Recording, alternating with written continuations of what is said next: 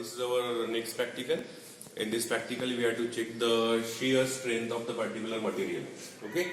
We already checked the tensile strength, bending strength. Okay. So in this practical, we have to deal with the shear strength. Okay. So initially, we must know the how much magnitude of shear force acting on the particular beam. Okay. Again, that magnitude of force we can apply with the help of universal testing machine. So again, in universal testing machine, we have something plate arrangement. Okay, we have to insert one material in horizontal direction and we are applying some force. Okay, basically there are two types of shear bending. Okay, firstly we can see here single shear, and here this is our double shear. Okay, this is our double shear. So in our lab we perform only on double shear practical. Okay, means we have one horizontal sample. Okay, whatever the length of that sample, and just we are inserting that sample just like this. Okay, so this is our first fixed point, this is second fixed point, and we are applying some force at the center of the bar. Okay, after some time, if we are increasing the gradual load, okay, suddenly this central portion breaks and that portion moves in downward direction. Okay, means this total length of the bar breaks into three parts. Okay, this is first fixed point, this is separated from center, and this is second fixed point, this is separated by center. Okay, and third piece we have separated from both the centers. Okay, both the parts. So this is our double shear. Okay, in this case simply we already completed this topic in our theoretical classes. What do you mean by single shear? If I am considering two plates here, okay, these two plates connected with the help of rivet arrangement. Okay, rivet means क्या होता है हमने सब discuss कर लिया theory classes में. Okay, rivet is nothing but the one type of nut and bolt. It is used for connecting the number of plates. Okay, normally we can see this rivet arrangement in our steel structural bridges. Okay, so instead of welding, now here we are using the arrangement of rivet. Okay, so this is our first plate, this is our second plate. Now these both the plates connected with the help of rivet arrangement, and if we are applying some gradual force on the particular these two plates with the magnitude of something P, okay, so after some time this rivet will break from this particular point. Okay, so this rivet is breaks into two parts. So this is the two parts. Okay, so this rivet breaks from this particular point. Okay, and this rivet having something two parts, two equal parts. Okay, so this is called as single shear. If we have two breaking parts, that is called as single shear. Okay, so what about double shear? Just like our single shear, in this case instead of two plates we have three plates here, again connected with the help of same rivet arrangement. Again we will apply some gradual force on it, and this rivet breaks in 2 points. This is our first point and this is our second point. So what happened here? Instead of two pieces in single shear, we have here three pieces. Okay, so this is our first breaking piece, this is second, and this is third. In this case we have first and second. Okay, so what do you mean by single shear? If any arrangement of bolting, okay, or riveting fail into two parts, that is called as single shear. And if it will fail in three pieces, that is called as double shear. Okay, now we all know the formula for calculating the shear strength with the help of this formula, that is FA y bar divided by IB. We already completed this formula in our theoretical classes. Okay, what do you mean by F? F means the shear force. What do you mean by shear force? We already completed our shear force and bending moment in our SFD and BMD. Okay, what do you mean by shear force? It is the algebraic sum of all the forces up to any section, either from left hand side of the beam or right hand side of the beam. Okay, instead of beam we are taking here something bar arrangement. Clear? So what do you mean by F? F means the whatever the force we have for particular failing this rivet arrangement. Okay, so this force we can have with the help of our universal testing machine. Now what do you mean by area? Area means the whatever the cross sectional area we have to consider up to that particular section. Okay, now what do you mean by y bar? Y bar means again the centroidal distance from our neutral axis up to that particular assumed sectional area. Okay, we already completed this total formula in our theoretical classes, तो उतना detail में मैं नहीं जाऊंगा यहाँ पे. F means the shear force, A means the area of the cross sectional. As per our whatever the beam we are to take for the particular arrangement, y bar means the centroidal area. Now I means what? I means what? Moment of inertia. Okay. If we are taking something rectangular beam, so in that case simply we have to take our moment of inertia as b d cubed by 12. Okay. But as per the arrangement, if we have T section, if we have I section, if we have number of steel structures material, so according to that we have to calculate the y bar as well as moment of inertia. Okay. Now what do you mean by b? B means the width where we have to take the particular section. Okay. Means जहां पे हमारा section touch होने वाला है width पे, that is our width. Okay, तो this is a simple formula for calculating our shear stress, that is FA y bar divided by IB. Okay, now lastly we have to deal with the stress distribution diagram. Okay, for example, if I am taking simply rectangular beam, okay, this is a rectangular beam having width is B, having depth is D. Okay, and as per our centroidal case, neutral axis is always passing from the center. Okay, means if it is D, so this is D by 2 from top and this is D by 2 from bottom.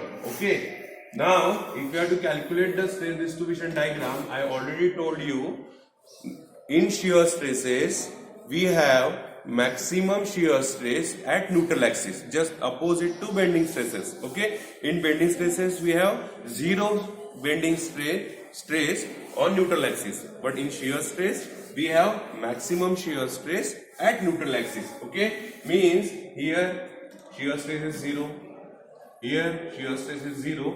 So this is a simple diagram for the shear stress for rectangular beam. Okay, so here we can see the maximum stress, this is tau max. Okay, this is tau max at neutral axis. Clear? Similarly, if we are taking something complicated beam arrangement with the help of T section, so this is the T section having some dimensions. Okay, so at this section and at this section means at top and bottom we have shear stress is always 0. Okay, please understand, we already completed this topic in our theoretical classes. At top and bottom of the beam shear stress is always 0. So at neutral axis shear stress is maximum. Okay, so one by one we have to take the number of sections, and as per the formula given for the shear stress FA y bar divided by IB, we have to calculate the shear stresses at different section. Okay, so this is shear stress tau 1 if you are assuming section 1 at the top. Okay, this is our shear stress at section 2 just above the joint in between top flange and wave. Okay, now suddenly we can see here, if this is the width of the flange capital B, suddenly this width reduces up to small b. Okay, for wave. Okay, means as per this formula we can see here tau is equal to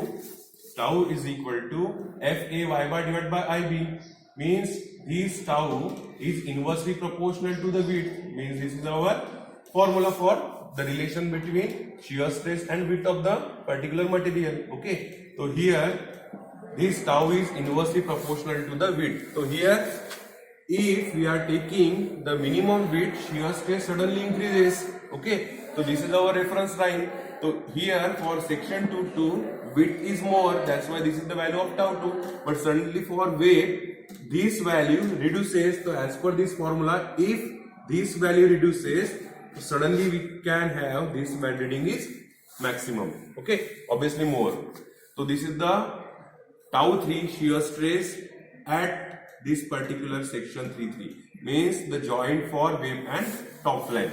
Now again with the help of this formula we have to calculate shear stress for neutral axis. Okay, so again we can calculate tau max, and lastly we have again last section, that is section 4 at the bottom of the T section. So we have again this stress is 0, tau 4. Okay, so this is the stress distribution diagram for T section. Similarly, if you are taking this is T section and if you are adding again here one bottom flange, So this T section convert into I section. Means whatever the diagram from neutral axis, above the neutral axis, same diagram we can copy for bottom axis, okay, bottom portion, because we converted this T section in terms of I section, okay. Means up to this we have to repeat same calculation just like our T section, okay. Now whatever the readings tau 3 we have here, same tau 4 we can see here. If it is tau 2, so this is tau 2 is equal to tau 5. If it is tau 1, so this tau 1 is equal to tau 6. But if we have symmetrical I section, in that case only we have this tau 2 is equal to tau 5. Because if we are assuming this is our width of the flange is B, if we have same width of the flange is B, in that case we can take tau 2 is equal to tau 5 and tau 3 is equal to tau 4. Okay, but instead of this, if we have unsymmetrical section, means if it is B and this is B dash, so obviously these values are different. Okay, so we have to calculate values for shear stress as per the width of the flange. Okay, now remaining practical we will see on the universal testing machine. Okay, so this is our testing sample. Okay, we have to check the shear strength for this steel bar. The diameter of the steel bar is 6 mm. Okay, so as per the 6 mm diameter we can calculate the area. So what are the basic steps we have to follow for performance of practical? Okay, these are the three circular parts we have here. It is made with the help of steel. Okay, just we have to add these three circular pieces. It is we have some hole at the center. Okay, so in this case these both the pieces, this portion are fixed. Okay, so here this portion we have to fix at that circular hole. Okay, at this circular hole. Okay, just like this. Means with the help of universal testing machine, these both the ends are fixed, and this total arrangement we have to fix in this particular steel piece. Okay, hollow steel piece. And just like this we have to apply the force with the help of universal testing machine. Again we have to apply some gradual force with the help of universal testing machine. Okay, now after some time what happened?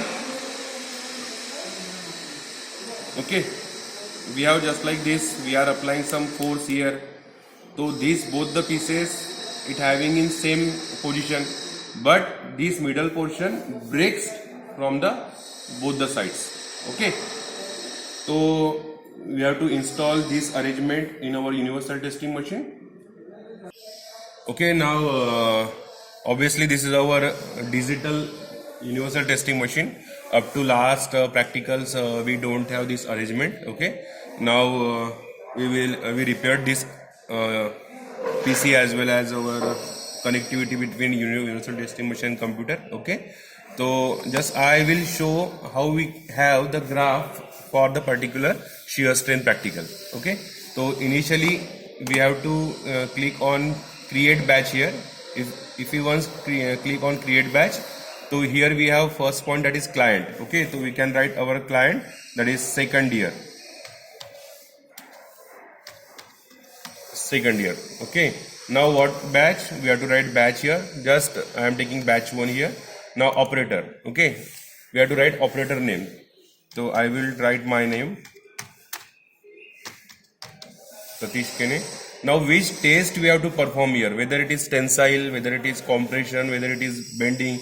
So here we have some small arrow, so just click here, we can see all the tests whatever we can perform on the universal testing machine. Okay, so here we have tensile, compression, bending, shear and Brinell. Okay, so we have to perform today shear, so we have to click on shear.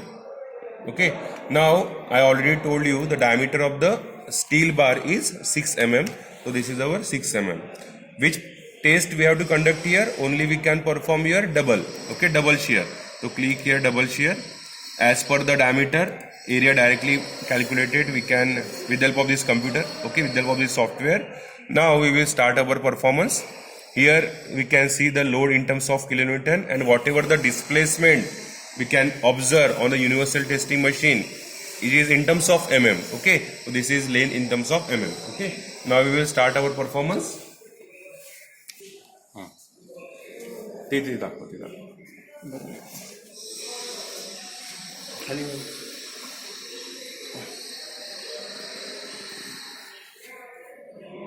start. Okay, so this is the arrangement setup of shear with a steel bar. So this is our arrangement of universal testing machine. Now with the help of this jack we have to apply compressive force. Okay, and I already told you the inside arrangement of this shear testing. So we will apply the gradual force now with the help of universal testing machine.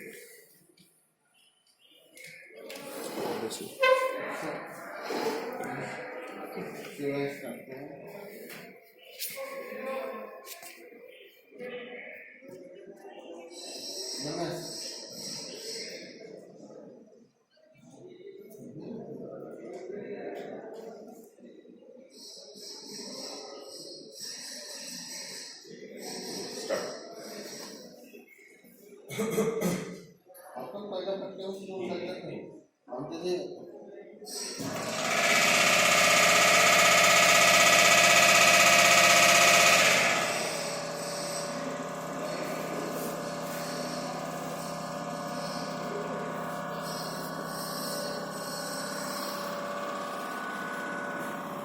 गेला नाही पहिले. Now we started the loading. Okay, here we can see the graph for load as well as displacement.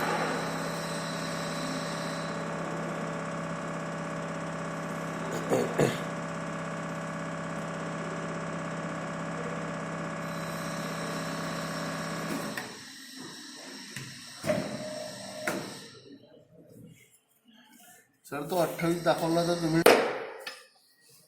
Okay, so this is our final graph.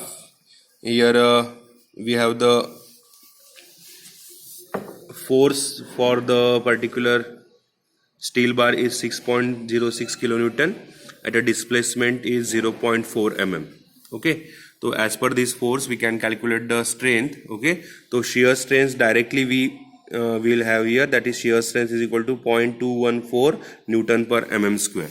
Okay, now after breaking, just I have to told you the double shear. Here we can see the first breaking part. Okay, at this inside the steel hole, this is the second breaking part. Okay, this is the second part and this is our third part. Okay, so this bar bent for double shear. So here we can see first, this is second and this is third. Okay, and directly with the help of this graph we have strength is 0.214 kilonewton per mm square. Okay,